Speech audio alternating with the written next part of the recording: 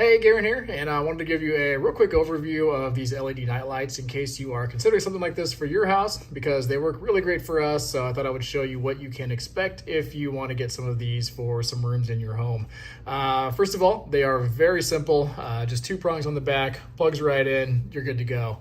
This is where the little photocell is, so this is going to be what the light uses to determine whether it's bright or dark in your room, whether or not it needs to turn on or not. So as long as that can see the light in the room, you'll be good to go. And then of course the real star of the show here is the dimmable switch, which is one of my favorite features on this, because as you know, if it's dark and your eyes are adjusted, depending on where you've got these, maybe you don't need a full brightness, maybe you need somewhere in between, a little bit lighter, or maybe it's just too much, you just want to turn it off completely. You can do that, and it's going to shine through this diffused LED panel here, so you're going to get a nice soft glow out of this. So let's go ahead and take a look at this. You can see I got the one plugged in here, and you still have access to your bottom outlet, which is super nice. So you can set this up here. You get a little extra width, so you're going to get a little extra light out of that, and then you still get access to that bottom prong.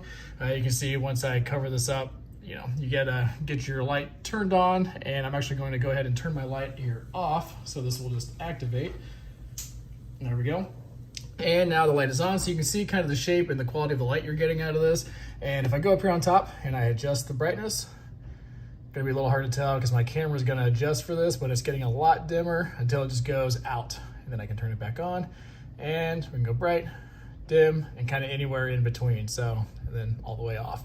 So love having the adjustability on this. Most night lights are not gonna let you adjust the amount of light that you get out of it. So it's nice to be able to customize that and set it to exactly where you want, because honestly, right now I've got this in the bathroom, and full tilt's a little bright for me whenever you're trying to walk in here in the middle of the night.